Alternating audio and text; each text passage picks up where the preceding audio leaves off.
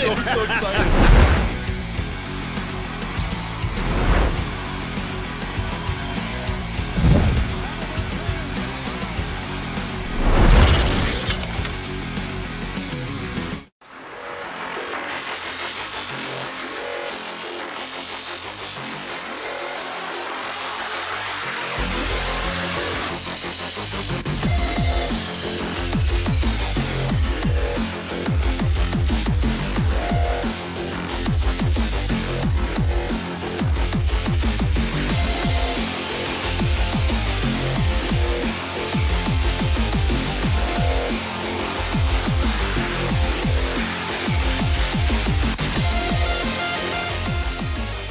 It's time for Two Guys and a Goalie with Dustin Nielson, Matt Kassian, and the goalie, Joaquin Gage.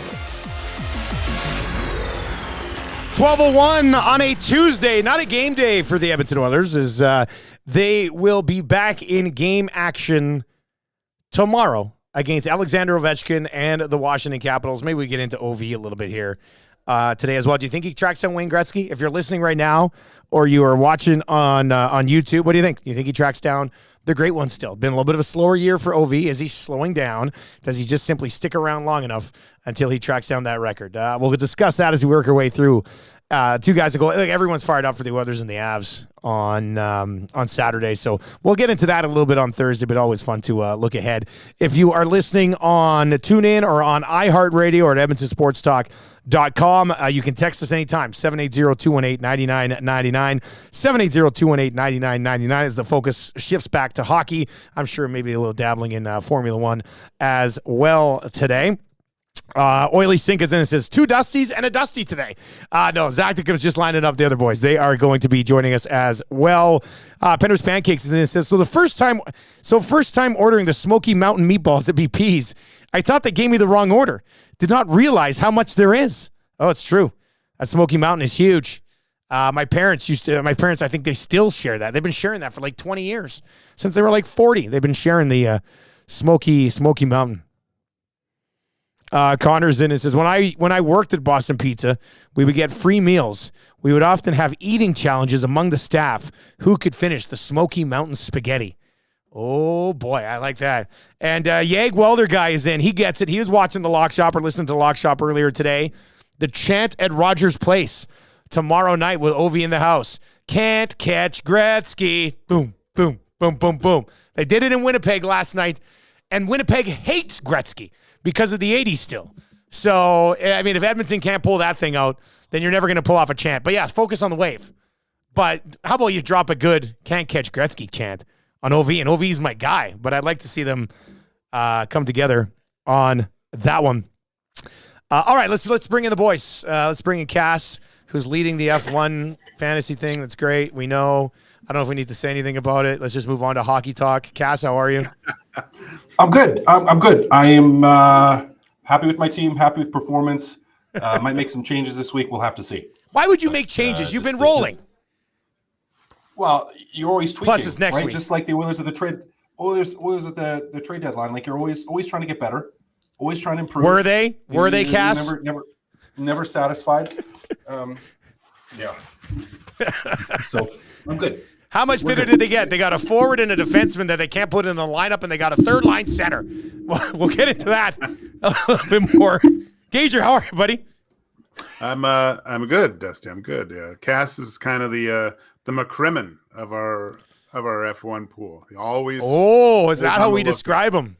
Yeah. He's after 2 weeks, although not realizing that there's no race this week, you don't have to change till next week. Cass. Yeah. So just I usually put out the time frame until you got to lock in your team. So you got some time. Don't proactive. I'm just being proactive. Spend some time with your family over the next 2 weeks. All right. You don't have to work too hard with this. F1 is my new family. Boy, your poor kids. Of course it is. You've got 3 daughters, and you're just like, sorry, I'll talk to you in the off season. Daddy's got to focus on this. All right, you can text us anytime. Washington Capitals roll into town. We'll get some early reaction from you guys on the new guys who have been brought in here by the Edmonton Oilers. Obviously, we'll get into the Rempe chicken wing elbow. Last night, he's got a phone call hearing, so it won't be more than 5 games. But anytime you're listening to Two Guys or any of the shows here on Edmonton Sports Talk, you can fire us a text, 780-218-9999. You can obviously hit us up in the Nasty Chat, sub to the channel if you have not already. And we will have another keyword coming up.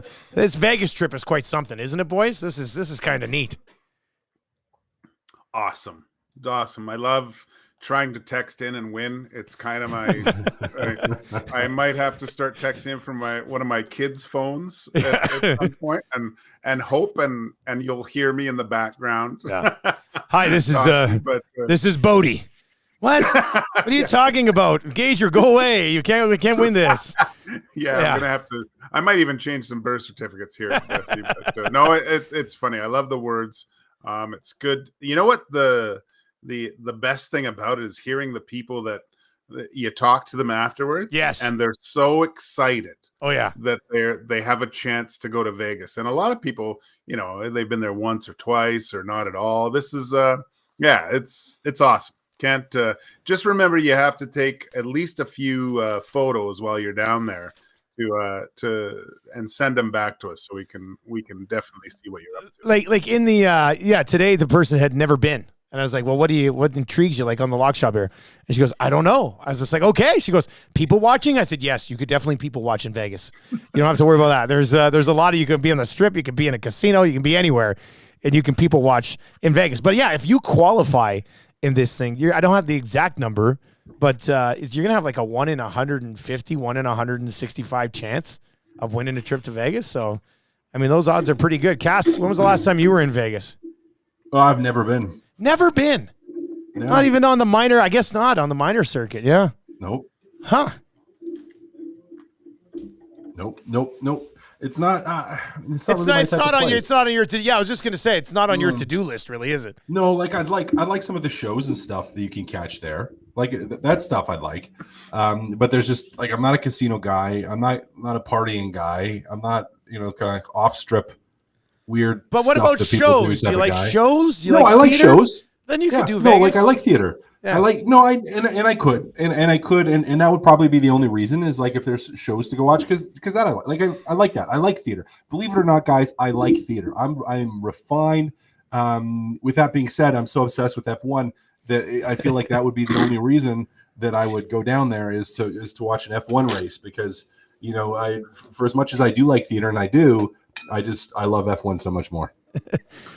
If we went down there, we would lose Cass for like 3 days. Yeah. And then he would show up with the Mike Tyson tattoo on his face, like, and missing a couple teeth. And it would be Cass would be rolling into the airport, half a shirt on, and going, "Oh my God, that was awesome." So how about Vegas, hey boys? There's always Cass, the one guy. Nothing. I didn't do anything. Nothing happened. There's always the one guy. Let's just say Cass would let the dogs out. Yeah. You'd find a way to keep busy, Cass. We'll just leave it at that. But yeah, your next chance to qualify with Fly YEG and Edmonton Sports Talk in the LVCVA, which is a Convention and Visitors Authority down in Vegas, coming up here on Two Guys and a Goalie around 12:40 today. Let's start with something last night in the National Hockey League. Cass, would love your thoughts on Rempe throwing out the old chicken wing and then the wave goodbye when you haven't even fought anybody or anything. That's got to drive the Devils bloody insane. Oh yeah. I mean, it's just straight up old school. Like, man, what a throwback this kid is right now. Like, fights everyone. He's going to get suspended, probably 2 or 3 games, probably 3 games, I would assume. First one, if he does it again, the suspensions are starting to, rack up quickly for good old Matt Rempe. But guys, just a throwback, like bringing the animosity, bringing the excitement. And here's the thing is Devils fans hate it. New York fans love it. It seems to be. It's like, and his teammates are going to, obviously you don't want to see a guy take a 5 and put you in a bad position to lose a game all the time. But to have a little bit of that nastiness, like, oh man, it's fantastic. So, I mean, you can call it a dirty hit, and it was dirty. It was a chicken wing. Like, it was a chicken wing. Headshots, whatever. People will jump all over that. But oh boy, this kid is he's stirring the pot. He is stirring the pot, and I kind of love it. Like it just makes it. Where do you come out, Cass, on? Like he'd already had a pretty big hit against the Devils. So McDermott was asking him, hey, let's go. He never obliged. Then he did that, and that's why he's waving goodbye. Where do you come out on that element of it? Like, hey, he's proven that he's willing to fight people, and he did it all the time. Early on, he just kept doing it, and so now, which is how it should be for him. Is he should choose when he wants to go. He should. And if that's going to drive, like, get other people to take penalties, to drive them nuts, to frustrate them, to make them thinking about you and not about playing and not about winning a hockey game. I mean, you're how's the phrase go? You're living rent free at that point. Inside, so hey, like, pick your spots. He's shown he's willing to fight, and he will. Doesn't have to do it every game. Doesn't have to do it all the time. Every time someone challenges him. So I mean, there's people that are going to hate it. There's people that are going to call him a coward. There's people that are going to call him dirty. There's people that are going to call him all kinds of things. I, however, am going to call him the chicken wing king right now. So I love it. Did you ever wave to anybody, Cass, on the way out? Oh, I did all kinds of dumb stuff. Yeah. I did. My teammates bet me $100 I wouldn't, after a fight, do buffalo horns and paw the ground with my skate. Because at that point, they were calling me Bizo because I have a big head. Yeah. Short for bison or bison head. I definitely did it. I can't remember who I fought. I don't think in the NHL, or is that in the minors? No, that was in the minors. That was in Houston.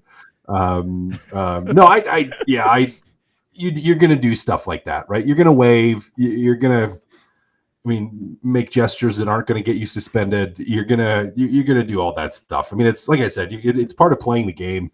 It's part of trying to drive people crazy, to frustrate them. It's part of just, I don't know, like it's part of fun.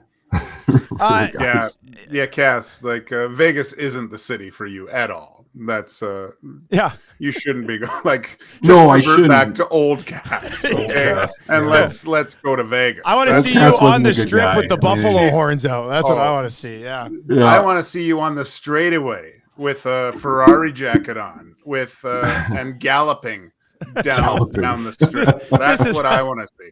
The speed is so amazing. Okay, so a couple of comments on this. And Gage, I'll throw it over to you coming off the comments here. First of all, Chad Moore says Rempe should get a chicken wing sponsorship.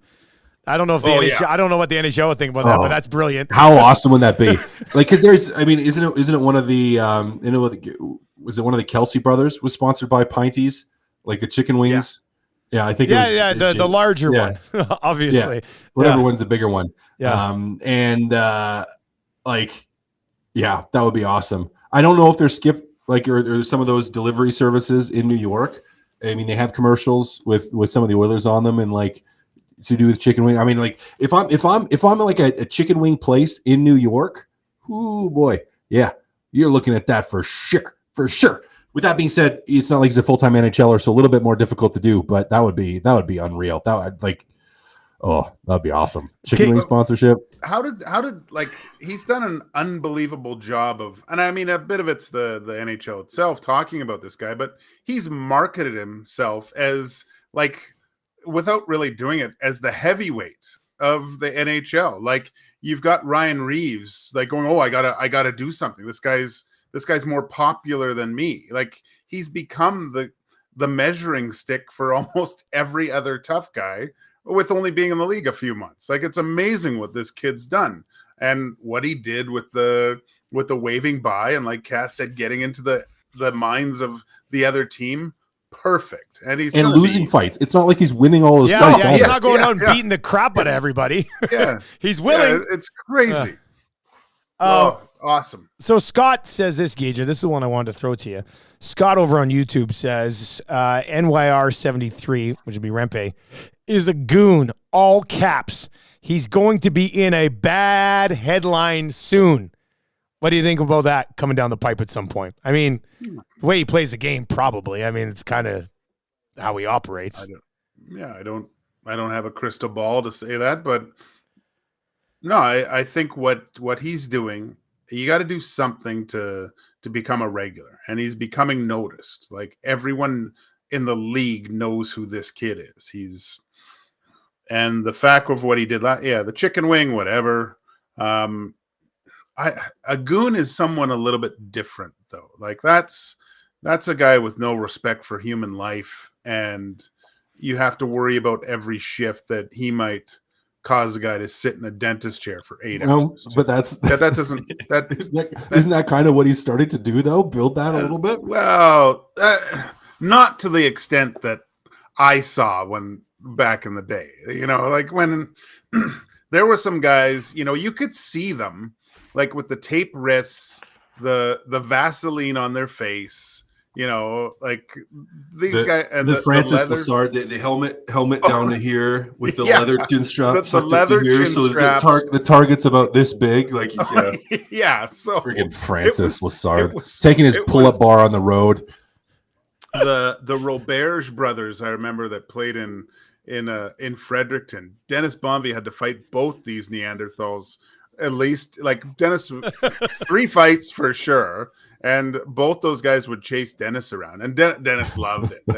But it was just it was like 1950s heavyweight championships. Like it was amazing that's all anyone would talk about in the cities before. So yeah, I like it. I mean, it's awesome. It does great. throw me back a little bit too, like the Francis Lessard, where and he was one guy. I'm pretty sure I sprayed tough skin on my hands for that guy, like on the knuckles, because you can't get away with actually taping. Like you can't have your tape too high up on your hands or you get tossed. Yeah. But yeah, good luck trying to catch somebody with spraying tough skin on. Like you're not gonna get caught, or you shouldn't get caught. But yeah, there's guys where it's like you did that a little bit more. But yeah, he's not a goon. He's not a goon. Like, does he play on the edge? Yeah. Does he have to play on the edge? Yeah. To have success and to be impactful and to again. And we talked about this when he first busted onto the scene and started fighting everybody. Is like, yeah, he is creating space for him in this lineup, because if he is in the lineup,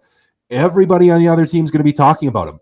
Everybody on the other team's going to be, and even with this, especially like you taking the Susby early on in your career for straight up elbowing a guy in the face, is like, well, next time he's playing, that's the threat. Someone tries to chirp you, say, oh, you're a minor leaguer, oh, this, you're the ice time and this. You just be like, all right, say what you want. I'm going to elbow you straight in the face. I don't care, right? Like, I'll take a Susby on you. I don't care. And then I'm gonna wave bye to you on the way out. Like it goes from being kind of a threat to being a legitimate threat, a legitimate something where it's just like, yeah, he's going to go tell whoever it is, he's going to go tell Hughes, it's like, hey, if I get a chance, I'm going to elbow you in the face. Like, I'll take the Susby. We'll conk you. That does sound like somebody we would describe as dirty. Yeah, but even if you don't do it, it's creating the perception. I mean, you are creating to an extent. It's just like if you're a WWE fan and you have someone that is creating now. Well, it still might be real. I'm still uncertain of the whole thing, but it's like you are creating a character, and you are, as an NHL player, you are creating a character. In him, his character is a villain. Right? Is a troll? Is someone, call it what you will. It's the perception of the other team and your ability to impact them mentally and emotionally on the ice, as well as what you're actually doing on the ice. And for him, with the elbow, again, early in his career, it's like now people know, yeah, he will elbow you in the face. It's not an idle threat that he will do that. And so now if he says to you, even if he's not actually going to do it, yeah, I'm going to elbow you in the face. And then he tries to take a run at you, even if he doesn't elbow you. Guess what you're thinking about when he's on the ice? So he's laying the groundwork early here, basically, is what you're saying. Absolutely is. He's trying to establish himself, and he's laying the groundwork for doing it. So, yeah, I mean, mission accomplished, because we've spent the first 15 minutes of Two Guys and Goalie today talking about Rempe, who has only played more than 7 minutes and 42 seconds once in his career. He's usually playing 5-6 minutes a night, and that's it. And here we are talking about this kid. He's not a goon, Dusty, until you're introduced as this young fellow has had a trying rookie season. coming out of semi-seclusion in northern Quebec, and just like Ogie Ogotorp, then if he comes out with a big fro, in warm up with no lid, then I can consider. Then for sure. Cass, you watched the movie? No bounties. You must have watched the movie Goon, eh? Oh yeah. Once upon a Did time, you love it? Did you love it? It's like me watching a video about a broadcaster. Yeah. I feel like I'd probably like it. It was okay. It was all right? It was okay. Yeah. Yeah, it was all right. It was. I liked the checks in the back of the bus because that was the only kind of thing that I found a little bit like humorous. realistic. But yeah. If you really want to watch a minor league movie, watch Slapshot. That's the Bible of what you can draw so many comparisons to minor league life from that movie. It's perfect. Nielson, Cass, and Gager with you here on Edmonton Sports Talk.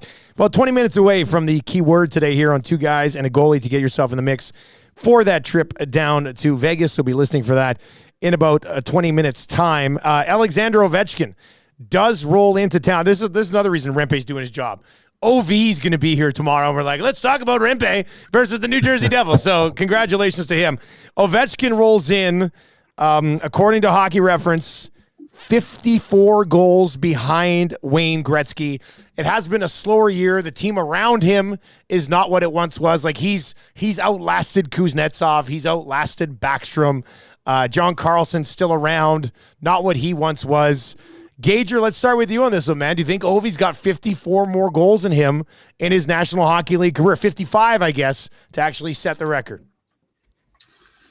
It's going to be very difficult with the people surrounding him. Like he had arguably two of the best passers during that time frame with those two, with Backstrom and Kuznetsov, right? And we were talking about this earlier on your show, Dusty, those two other options on the power play. Obviously, they're always looking for Ovi, but there were those other options to Kuznetsov, to TJ Oshie.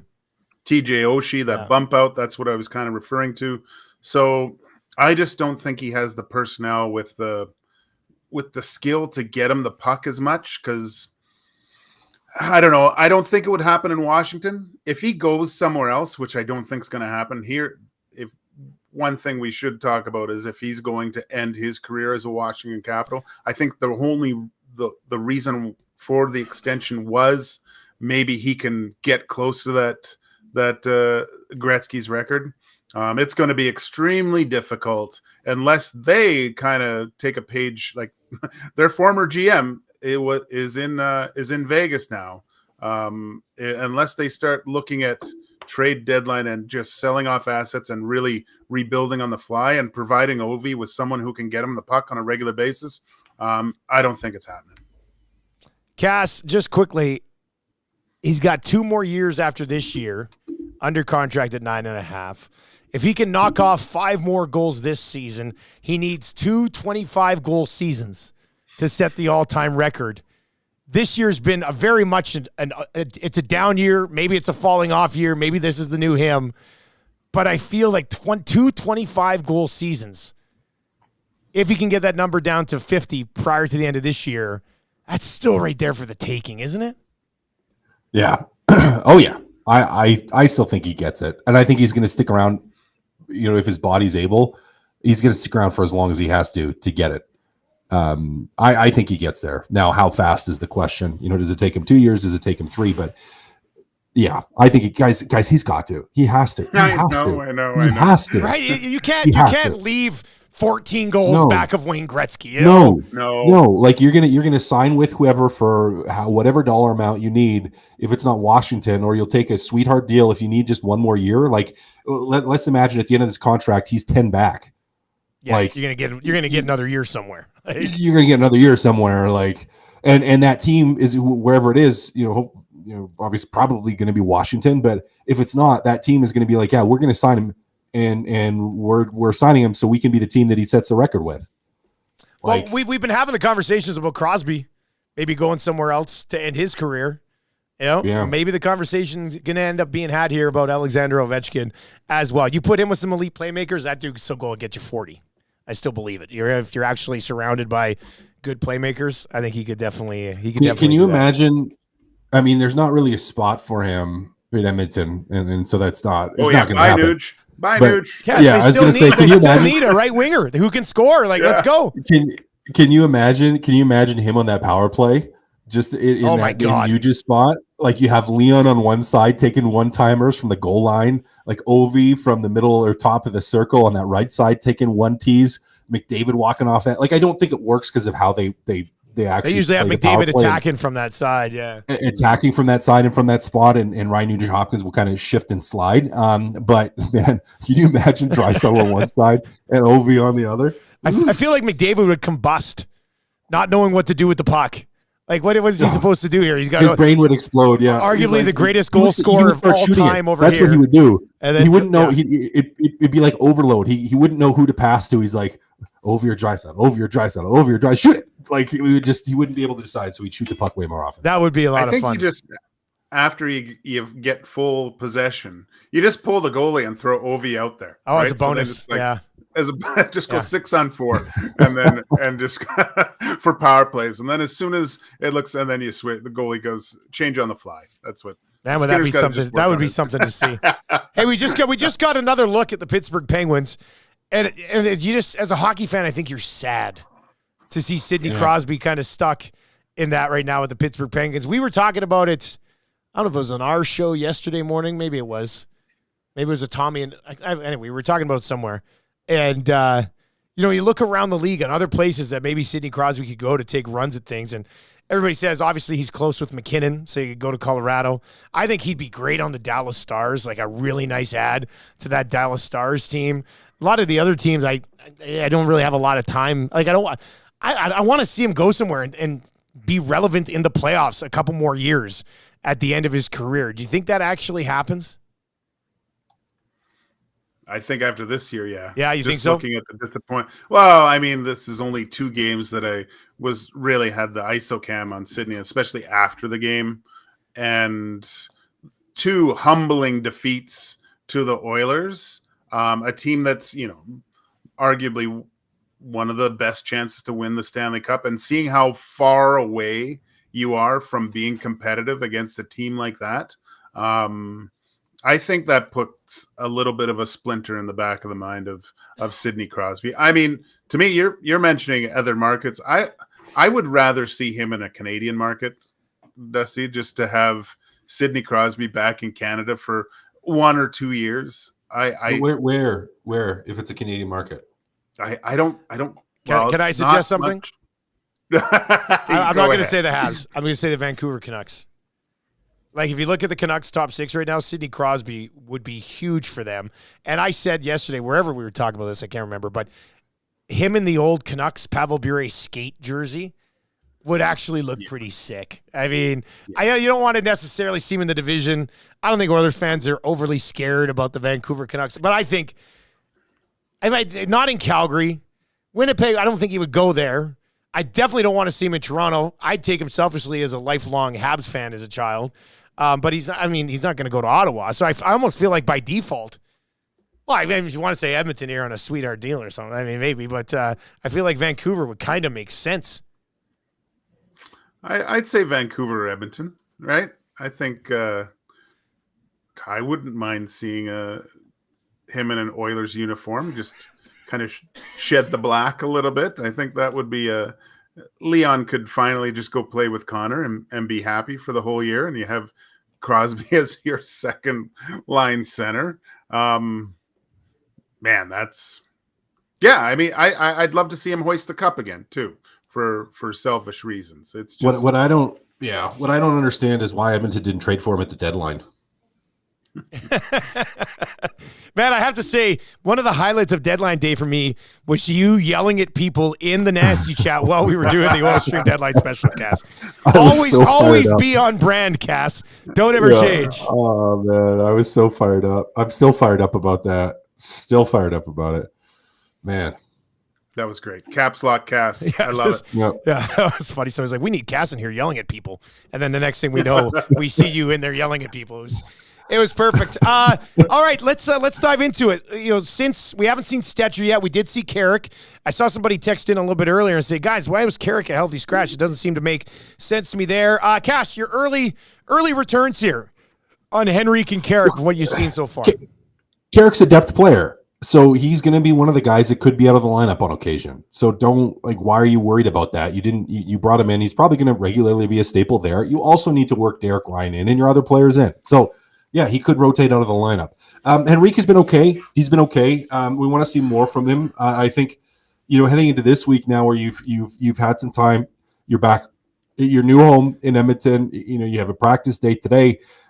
You get to skate with the guys again. I think we want to start to see the returns from that now. You kind of give them the weekend to say, okay, that was the first one. You're dealing with all kinds of emotion. You're dealing with all kinds of travel. You're dealing with new teammates, new spot, expectations. But now it's like, okay, it's rubber meets the road time here for Adam Henrique, where you want to see what he can do, and you want to see him start to chip in. So, was he fantastic on the weekend? No, he was just okay. So yeah, hey, I think the real evaluation time starts tomorrow. Against Washington, had some time to be around. Gage, what do you think? Yeah, no, like when you look at the whole how it's situated for the Oilers, with the trade deadline, those guys coming in on the road for a few times, sometimes it's easier to get to know your teammates, going for dinner, being on the road with one another. Now everyone comes back, probably all at the J Dub, and just now that they have an extended home stay to really get acclimated to the city of Edmonton, to the rink, finalize some plans, just to get a little bit more comfortable this week, especially. I think we're going to see a much better games from these guys moving forward, just because now the reality really sinks in. Okay, here's where I'm at. Having to deal with Edmonton media, getting to a Canadian market all of a sudden, and there's no more college basketball on highlights anymore. It's hockey 100% of the time. It's probably a pretty exciting time for them. All right, let's get to this. Tommy Gazzola down at practice today. The top two lines remain the same. Connor Brown getting bumped up with Henrique and Evander Kane. Cass, we'll let you take this one. I think I probably know why it's happening, but what do you think? You're trying to score him a goal. Maybe open the floodgates. Listen, I pointed out after last game, I thought Connor Brown had a good game. I thought he was moving well. He was playing well.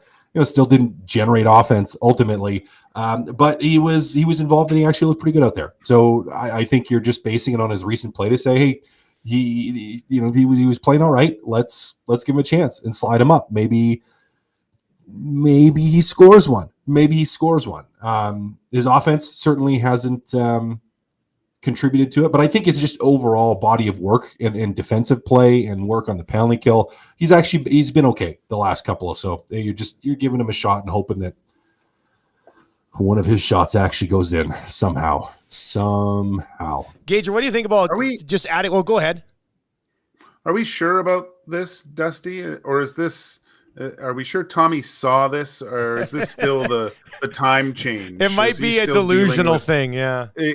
Was he even at the rink, or is I don't know. Like, can we get some at least some video confirmation about these lines? I don't trust Tommy at the moment, but if it's true, yeah, it's possibly, like Cass said, he didn't have a bad game. I liked the 2-on-1 at the end. Here you have a guy trying to score a goal. I'm thinking he's trying to shoot, but ultimate teammate realizing the situation and puts other people ahead of himself with a pass to Darnell Nurse going for the hat trick. I was really impressed by that play from Connor Brown at that point to try to help his teammate out. So I can see maybe that's one of the reasons why, looking at that, the coach Nabla said, you know what, just with that play alone, that warrants another look with a few more skilled people. Yeah. Well, I think I can't believe I'm saying this, but I like it. I like the move because I think the line with Henrique, Kane, and Perry needs a little bit more oomph on it, like a little more speed. And Connor Brown skates much better than Corey Perry. I think it might. I think it'll probably make the line. Man, I feel ridiculous saying this, but I actually think putting Connor Brown on that line actually makes it more effective. So we'll see. We'll see how that sorts itself out. A couple of messages on this. Penner's Pancake says the excitement for Brown scoring is on par with a teenage boy waiting to see his first live boob. The excitement is pressuring up. They're just so excited about. Chad Moore says Brown will score versus his old squad. Caps defense is porous. And is it Brown played with Henrique and Perry against Pittsburgh on the third line. So that was with Perry. We're looking at Kane here on the other side. I think Kane and Brown provide you with the speed that you like to see around Adam Henrique. So that's something to take a look at here as well. Cass, have you been brought up to speed on Tommy Gazzola's struggles with the time change? No, not with the time change. No, it's really hit him hard. It's hit him really hard. He's struggling. Let me just stop you right there. let me stop you right there. I've got three kids. 8, just about 9, 6, and 3. You were not allowed to, as someone without kids, say a 1 hour time change has hit you hard. That's exactly what I said yesterday. Like, Gage this morning too. You have kids. I have all the time in the world to say, man, this time change sucks. Yeah, of course. And this is the dumbest thing in the world, because you're dealing with kids, and kids don't adapt like non-kids can. So I guess if we're talking about Tommy having the emotional level of my 8-year-old, then sure, he can struggle with it. But like struggle with it for a day, Tommy. I love you. I care about you. But if it's hitting you past the day, give me a break. I've never seen like an adult get hit. I think it was Maddie who gave him the heads up, or Eric told him last week here at the office. He goes, "Hey, springing ahead this week," and Tommy just like died in the chair. He's like, "Oh my God, like what are we gonna do?" And then he rolled into Oil Stream yesterday, which is the noon after the day, and he sits down with me. We're on the air, and he goes, "Oh, time change is killing me." Like, I've been up since 4:20 in the morning. I've got 2 kids. My daughter's 7. She's fine with the time change. Tommy's an adult with not much responsibility outside of work. And he's like, I can't take it. I just can't take it anymore. It's the best, man. Absolutely. This is an all-time classic EST moment. I can't wait to see how I don't remember. The fall back was fine. The fall back in November, he was fine. But the spring ahead is just killing the guy. So time change Tommy. It was hilarious. Time change Tommy. Time change Tommy. The week leading up, I was there, Dusty, enjoying a little free practice, and he was already complaining about the jump forward with the oil stream and stuff. And he was like, "Oh, my day." And I said, "Well, what are you doing today, Tommy?" He goes, "Well, I'll probably just go. I'm just gonna go home and probably just play Fortnite all night and just relax." I'm like, "Oh my, your battery should be so charged. It's like steaming right now. Gazzola, stop it." Holy smokes. I told him yesterday, I was just like, I'm packing up all my stuff yesterday. I'm leaving Boston Pizza. And I'm like, what are you going to do? Are you going to get a nap today? Like, I was worried about him. I was like, are you going to get a nap today, Tommy? Like, hopefully you're okay. But he is in practice. He did have those line combinations. I guess Knobloch said that they're going to get Stetcher in at some point, but he's not going to play against Washington. Cass, how do you fit a guy in on a blue line that's stayed healthy and has been, better than you would have expected so far this season? You don't have to stuff him in. I mean, you brought him in to be your 7th defenseman. So are you going to need to work him in at some point? Yeah, but why are you being like, let's take out CC and put him in? Like, I don't know. And Vinny Desharnais has been very, very good, particularly on the penalty kill. So you're not wanting just to drop Stetcher in. So, like, I don't know. Like, at some point, do you need to get him in the lineup? Sure. Someone gets a little nicked up, get him in there. But I don't know. I'm not. You didn't bring him in to be a top 4 guy. You brought him in to be your seventh defenseman. So he's starting off as your seventh defenseman. Don't freak I think out. he could become more than that, but you're right. You didn't bring him in to be like, he's going to fix the blue line right now. Like he's a healthy body that's kicking around. So we'll see. We'll see when and how they. I mean, it's easy. If somebody has a real bad game against Washington for some reason, Gage, you can flip them in if you wanted. But if they, for sure. I like. Do you guys ever think that they, at some point, they would just implement a? I think I asked you guys this already, but an 11-7 at some point, just maybe, just to get them in. You could, yeah, you could just to get them in. I mean, we haven't seen Knobloch do that yet, but you could. All right, let's see. Gazzola signed up for EST, not DST, daylight savings time. That's a good one. I like that one, guys. You have to flip them over like a baby. That's what we have to do at night. So we got to go sleep. We go flip them over.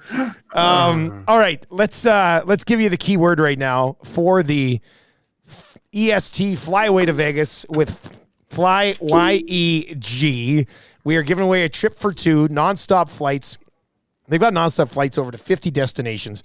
Your sports trip starts with a nonstop flight from Fly YEG. Visit them at flyyeg.com for more info. 2 nonstop flights, 3 nights accommodations, and tickets to a Cirque show.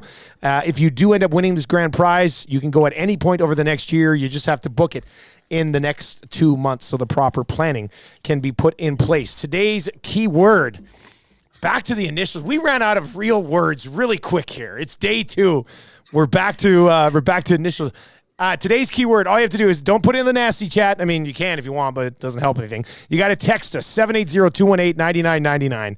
780-218-9999. Text in the keyword today. It is NFL. NFL is the key letters today. Brody. NFL. There you go. You're telling this kid. Hurry up. Get in. NFL. Text NFL right now to the inbox at 780-218-9999. Yes, NFL. Text that in right now. You'll go into the mix here. Possibly qualify by the end of 2 guys and a goalie today. We'll call after I send the boys on their way here at the end of the hour. Once again, the keyword today is NFL. Tomorrow, just looking at the words, we have 4 actual words tomorrow right here on Edmonton Sports Talk. So that's exciting. Text NFL right now to 780-218-9999. And you guys should see this inbox when we do this contest. It lights up. It is hilarious to see. It's just like, it's crazy. So, best of luck to everybody. NFL is the word. Boys, let's get back to the Oilers. And we went over it a little bit today on our show this morning. The power play is 5th best in the National Hockey League still. But it's not what the power play was last year. And it hasn't been as good lately as maybe it was, when Knobloch first took over. So, Cass, it seems really weird for any of us. And I don't even care, for you guys who played in the NHL. It still seems weird to critique an Oilers power play that was the best of all time last year. But is it too simple to say they're just trying to force feed Draisaitl too much? Or is there more to it than that? I think so. No, I think so. I think one thing you've seen less this year is you've seen McDavid be less of a threat. Where there were many times when last season where when he walked off, it wasn't just only pass. Like he was a dual threat. He could shoot it, he could be a threat to score, or there's a threat to pass, and that opens things up. And I think secondary to that is, and I would have to actually be interested if someone wanted to pull these numbers to see shot attempts by Evan Bouchard comparatively. Or like your shot attempts, whatever, your shot attempts per 60 minutes or shot attempts per 2 minutes. I want the power play shot attempts. I'm going to try to look that up. Well, in Evan Bouchard specifically, like his shot attempts on the power play compared to last year per power play, I would assume that number's down. McDavid's is probably also down to where they, as you said, I think they've been trying to force feed Draisaitl too much, where that, because they had so much success with it, they're still just looking for that play. Where it's like, well, you can, but you need to be a threat elsewhere before that opens up. So I it's still really good. It's still an exceptional power play, still one of the best in the league. But yeah, maybe they've taken their foot off the gas a little bit with trying to create a little bit too much versus getting pucks in the net at times. Gage, what do you think of the power play right now? I think I'm getting close to tracking down these shots on goal numbers on the power play. Hang on. Yeah, no, I mentioned on your show this morning. I think they're a little. I mean, it's like I said, it's still really good, but it's a little stagnant with the movement, and I think they go to their spots a little bit too early, and in past, like when Leon's actually scored a goal from the high slot, I said just a few other options. Maybe start there and fade out and find those quiet areas later. I like the fact if Hyman bumps out and becomes that bumper guy at times, just to get some more movement with the PK at times. Bouchard doesn't have to be a missile, but getting the pucks through and creating chaos. They need at least two other kind of set plays that they do so that teams don't just have to defend against the big one-timer from the right side from Draisaitl. Just but again, it's a good power play. They've been getting momentum off it, even if they haven't scored with sustained pressure. But yeah, it doesn't have to always go through the big German. Okay, so here are the numbers, Cass. First on, so this is kind of interesting. Evan Bouchard had 26 shots on the power play last year, 37 already this year.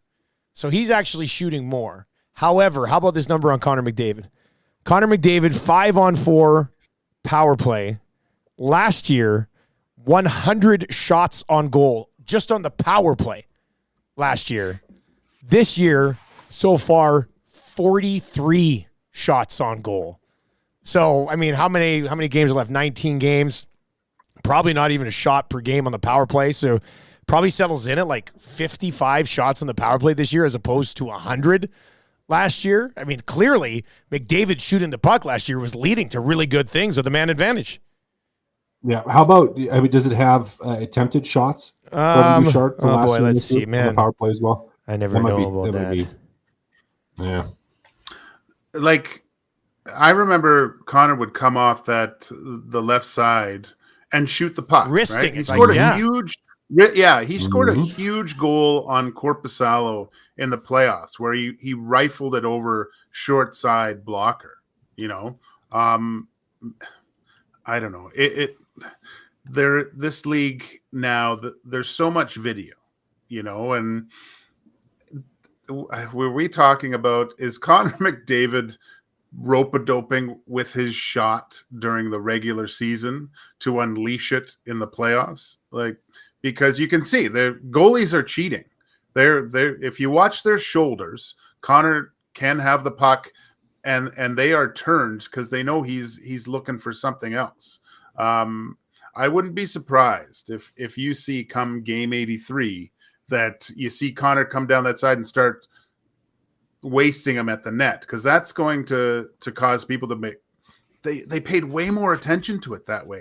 That's what opened up all those passes to Leon in the first place, because he was such a threat to score shooting the puck. So if there's anyone in the league I would say that could rope-a-dope in a fashion like this, it would be Connor McDavid. It'd be funny if all of a sudden he doubles his shot output come playoff time. Yeah, just start firing the puck again on the power play. Just because I was curious, and I'm a huge stat guy now since I found these numbers. Leon Draisaitl last year, 98 shots on the power play. So Connor and Leon combined last year had 198 shots 5-on-4. This doesn't include 5-on-3. This year he's had 56 shots. And then Nuge had 59 shots on the power play this year. He's got 29. So overall, they're just not shooting, near as much on the power play as they were last year. So yeah, I find that kind of interesting. Force feed, nice plays. Yeah, force feed, shoot nice the puck. Plays. Shoot the puck. Number simple. Power play was unreal last year. Shot the puck way more. I'm even saying, I'm justifying it. Start yelling "shoot" on the power play if you're at the games, and see if it works. When I'm walking the dog, selfishly, I love when the Oilers are on the power play this year, because Stoff just loses his marbles. Oh yeah, and He's yelling, "Shoot the! You got to shoot the puck! You got to shoot the puck!" It's 2 times that Stoff loses it. Yeah, either then or when the linesman doesn't drop the puck. He hates that too. He hates that too. That. Yeah, friend of EST, Bob Stoffer. Tell him we love him. Drop the puck strikes. Future hangout guest. So Wilson, the volleyball in the nasty chat says, if the Oilers lose first round because of a rope and dope power play, I'll be joining Cass forever in the nasty chat. Everybody be all caps on that one. So yeah, we'll see how that plays out. 4 games at home here, guys, and then off to Toronto for a game against the Toronto Maple Leafs next Saturday. They get Washington, then 2 days off again, then they play Colorado, then 2 days off again, and then the homestand wraps with Buffalo and Montreal, Buffalo.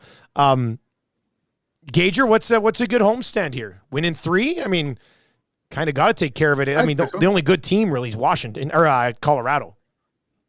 Look, who knows how long Thatcher Demko is going to be out. DeSmith, he's not Thatcher Demko. This is a big key moment in the season to grab the bootstraps and pull them up and maybe reel these guys in. God, you look back at the beginning of the season, those 3 games, man, that hurt. That really hurt because that would make such a big difference right now. But I think it's a real good situation that the Oilers are in to now see that injury and goal. Take advantage of it, man. You have to win 3 of these games and try to reel the Canucks in even more and try to finish first. Home ice advantage is going to be huge. I know you could probably end up playing Vegas first round, but I think 25 million cap hit Vegas. Yeah. I think I'd like to see them. I'd like to see them finish first in the division. It'll be tough, but they definitely, the stars have aligned for them to make it close here. Kaz, what do you expect from this homestand, buddy? Got to go 3-1. 3-1. Got to go right, 3-1. Yep. Yeah. Prefer one of the wins to be against Colorado because even if they lose to Colorado, you guys know how it is, right? Well, you beat all these bad teams at home, but you can't beat the Colorado Avalanche, who they played 3 times between now and the end of the season, which should be a great primer for some of the. I was looking the other day. I didn't include Nashville. I guess out of just disrespect for Nashville, but Nashville's got more points than Vegas and the Kings. And I can't remember if I included the Kings in it or not. But against the elites in the West, and this is not just an Oilers thing. I should have dove into all the other teams as well, but I just have too much stuff going on in life to do that. But anyway, I looked at the Oilers, and they're about 500 against the Winnipegs, the Dallases, the Vancouvers, the Golden Knights, the Avalanche. Now that does include the bad start with Woodcroft and a couple losses to Vancouver along the way. But I don't think there'd be any team in that group that's like owned everybody else, right? It's all probably right around 500 for all of them. So it's going to be pretty close. Yeah, it's going to be pretty close. I mean, because when you're playing good teams, you can play a good game and lose. Mm-hmm. That's just well said. Well said. Well, like the game against Boston, like that was a pretty evenly matched game. They still came back and won that one, but Boston played a pretty good game, right? So yeah. Great game. Yeah, that was a fun one. All right, boys, we're going to call a qualifier here for the Vegas trip, so we'll let you slide away, and we'll chat to you again on Thursday. Sounds good, fellas. Right, see you later. That's Joaquin, Gage, Matt Kassian here on 2 Guys and a Goalie, and we'll be back on Thursday recapping the Oilers and the Washington Capitals and starting to look ahead to the Colorado Avalanche as well, who will be rolling in on what's Colorado's schedule like heading into the let's see here. Who's Colorado got before coming in here? Let's see. Where's Colorado? So they're in Vancouver tomorrow.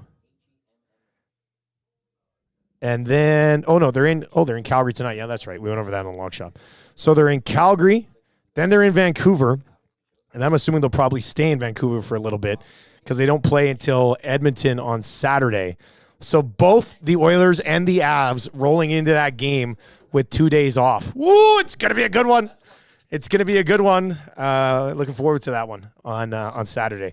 That should be a lot of fun. All right, Matty Iwanek, who do we have here as a qualifier today? Alicia on the line. Alicia, man, I love the fact that so many women are listening to Edmonton Sports Talk. This is great. And you know why? They're smarter than all the guys. So they're hopping on 2 Guys in the Lock Shop and qualifying. It's brilliant. All right, let's go to Alicia. Alicia, congratulations. You are one step closer to a free trip to Vegas. Hi, thank you so much. Have you been to Vegas? I have not, actually. You have not been to Vegas. Okay, well, what intrigues you, outside of a free trip, of course, what intrigues you the most about Vegas? Well, I'm 22. My boyfriend just turned 21, so Oh, boy. big trip to the States for us. Yep. Oh, man. Now, do you guys have passports? We do. Okay, good. So you're more planned for this than a guy like Zacticum who works for us here. That totally makes sense. All right, well, best of luck. You're one step closer to winning a trip down to Vegas with Edmonton Sports Talk. Tell your friends about EST and the free trip, all right? I will for sure. Thank you. Good luck. There you go. Alicia slides in here. 22 years old. This almost seems like too good to be true for some of these young people are killing it right now on Edmonton Sports Talk. We've qualified 8 people, 3 females so far. This is great. This is perfect. Hey, guys, step up. The ladies are owning you right now. Next chance to qualify for the EST flyaway to Vegas coming up tomorrow morning on the Nielson Show. Probably do that qualifier like 7:20-ish maybe tomorrow because we got Wyshynski and Macramala both in that 7:30 window. Now, wait, Maddie, is it okay if we do the qualifier just after 8 o'clock? Is that all right? Yeah, I think that was in my window I gave you. Okay, I wasn't sure when the window closed. All right. I think that was in the window I sent. We'll probably do the qualifier around 8:20 tomorrow then. Let's do that. Yeah. We'll do that around 8:20 tomorrow because it's jam-packed show tomorrow with the Nielsen Show. 4 more chances to qualify to the trip to Vegas with Fly YEG. Your sports trip starts with a non-stop flight from Fly YEG. Visit flyyeg.com for more on that one. That's going to do it for 2 guys and a goalie today. Nielsen Show replay coming up here on Edmonton Sports Talk. If you're listening on iHeart or you're listening on TuneIn and you're looking for some entertaining sports talk this afternoon, we've got you covered with the Nielsen Show coming up here at 1 o'clock. For Cass and Gager, I am Dustin Nielson. Gager says, am I the only one who gave a thumbs up today? Hey, somebody give some more thumbs up for Gager. Gager feels sad in there. Let's hammer that thumbs up before we leave. Let's do that. And best of luck. 4 more names into the mix for that trip to Vegas tomorrow right here on Edmonton Sports Talk. We'll talk to you then.